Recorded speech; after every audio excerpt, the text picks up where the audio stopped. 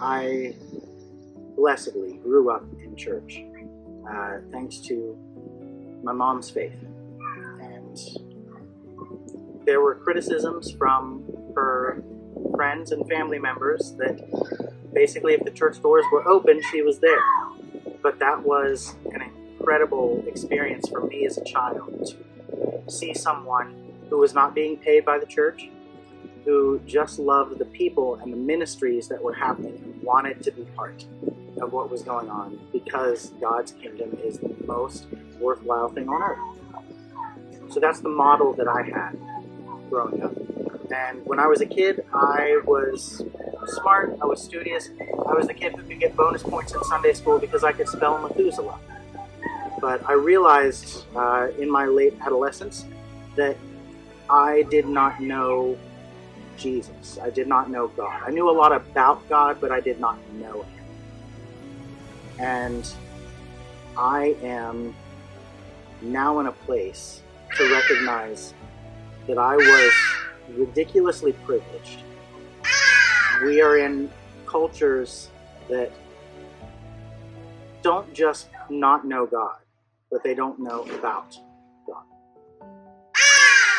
We know that there's natural revelation and special revelation. There's what God has made evident in creation to inspire us to recognize that there is a larger being who made things in a lovely, orderly way, that nature is designed in a way that enforces and inspires justice. We can see these attributes of God, and it makes us more curious about who He is. And then He revealed Himself directly to us. He didn't leave Himself a mystery. And most people just never think deeply enough about that. Most people don't want to know more about who He is. And here there are cultures that want to know more. They want to know their purpose. They want to know why we're here. And they're asking questions. And I grew up with mostly the right answers. Since then, I've been able to research, I've been able to read, I've been able to study and learn more and ask myself, why do I believe what I believe? What is true about God? And I'm not saying I have it all figured out, but I've been so blessed with knowledge and opportunity, and I have people who are desperate to learn here, who just need time and relationship to dig into the Word and to see who He is.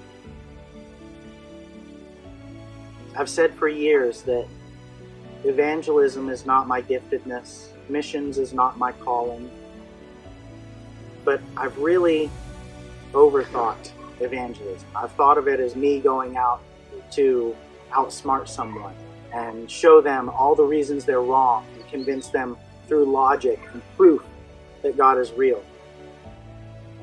And we know stories and examples of people here who don't need all of the answers. They need to be loved.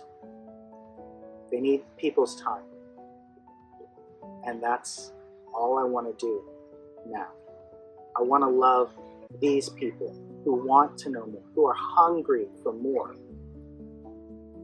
This is where I need to be. This is what I was made for.